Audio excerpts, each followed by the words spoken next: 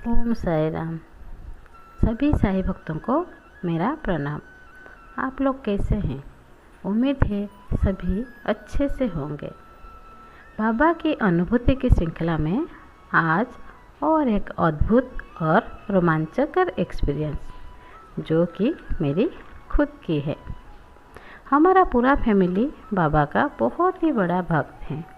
करीब 7-8 साल से हम हर साल शिरडी जा रहे थे, लेकिन कोरोना के लिए एक साल हम नहीं जा पाए। लेकिन कोरोना का सेकेंड राउंड में मेरा मन बहुत बेचैन हो रहा था शिरडी जाने का, पर कोई चारा ही नहीं था। तो हम अपने मन को समझा रहे थे कि जब हालात ठीक हो जाएंगे तो अवश्य शिरडी जाएंगे। ऐसे ही चलता रहा। एक दिन अचानक मेरी सबसे बेस्ट फ्रेंड ने कॉल करके बोली कि चलो हम मुंबई चलेंगे। हम सोचे कि वो मजाक कर रही है। फिर वो बोली कि उसके बेटा को मुंबई जाना है, तो उसको मुंबई में छोड़ के शिरडी बाबा के दर्शन के लिए जाएंगे। हम अपने हस्बैंड से पूछे तो वो तुरंत ही राज़ी हो गए। फिर प्लान बन गया और जाने आने का टिकट भी हो गया। मैं, अपनी बेटा, मेरी फ्रेंड और उसकी बेटी चारों शिरडी गए। फ्रेंड की बेटा मुंबई में ही रह गया। जैसे हम शिरडी पहुँचे, अपने आप को बिलीव नहीं कर पाए। कोरोना टाइम पे भी बाबा ने हमको बुला लिया। हमने दर्शन के लिए ऑनलाइन टिकट एक दिन का करा लिया था। तब दर्शन के लिए पास लाना पड़ता था, जो कि बहुत दूर था। हम अपना रूम द्वारका माई के पास ही लिए थे। पहला दर्शन तो अच्छे से ऑनलाइन टिकट से हम चारों का हो गया। वो जो खुशी और अनुभूति हम बता ही नहीं सकते।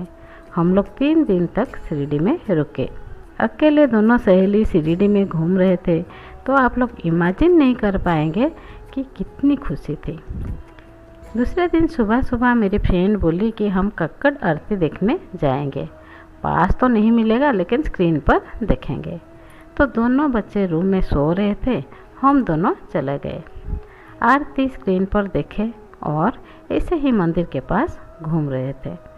दोनों का मन तो खाली हो रहा था कि बाबा का दर्शन के लिए लाइन में चले जाएं, लेकिन पास लेने के लिए जो काउंटर बहुत दूर था और लाइन में जाकर दर्शन में जाएंगे तो दोनों बच्चे परेशान हो जाएंगे।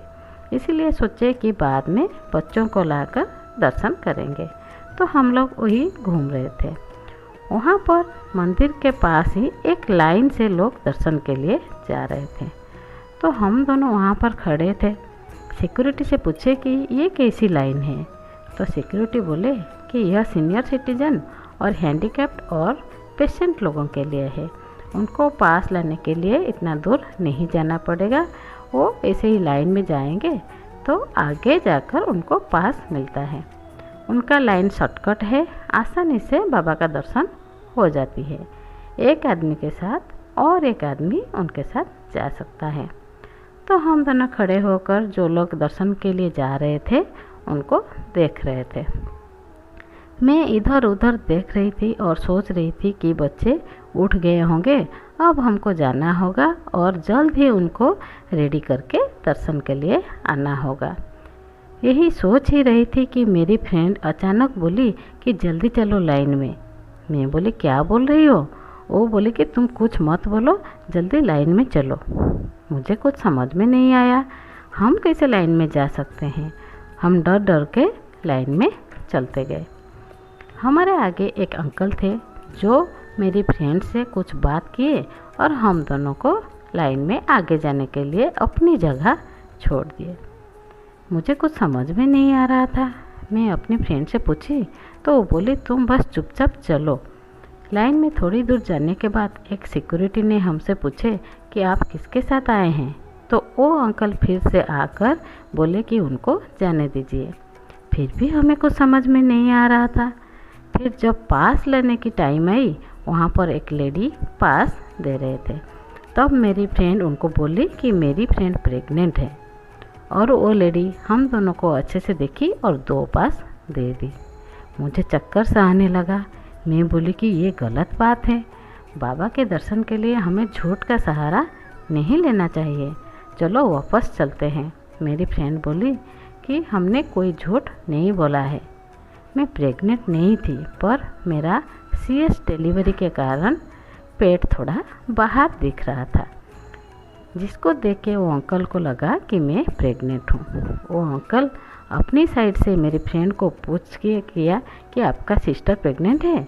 मेरी फ्रेंड बिना कुछ सोचे समझे हाँ बोल दी। तो फिर अंकल खुद ही हमें आगे लेते चले गए। मेरी फ्रेंड मुझे समझाई कि हमने कोई गलत काम नहीं किया है, झूठ बोल के किसी का बुरा नहीं किया है। बाबा खुद ऐसा ही चाहते हैं, इसीलिए सब रास्ता अपने आप खुल गया।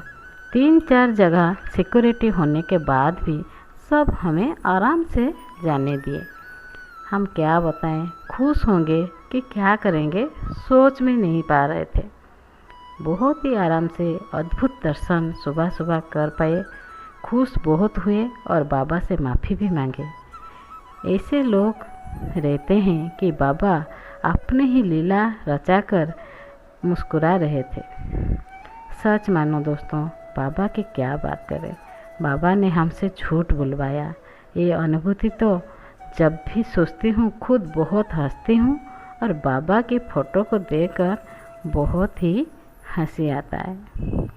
जय साईं राम।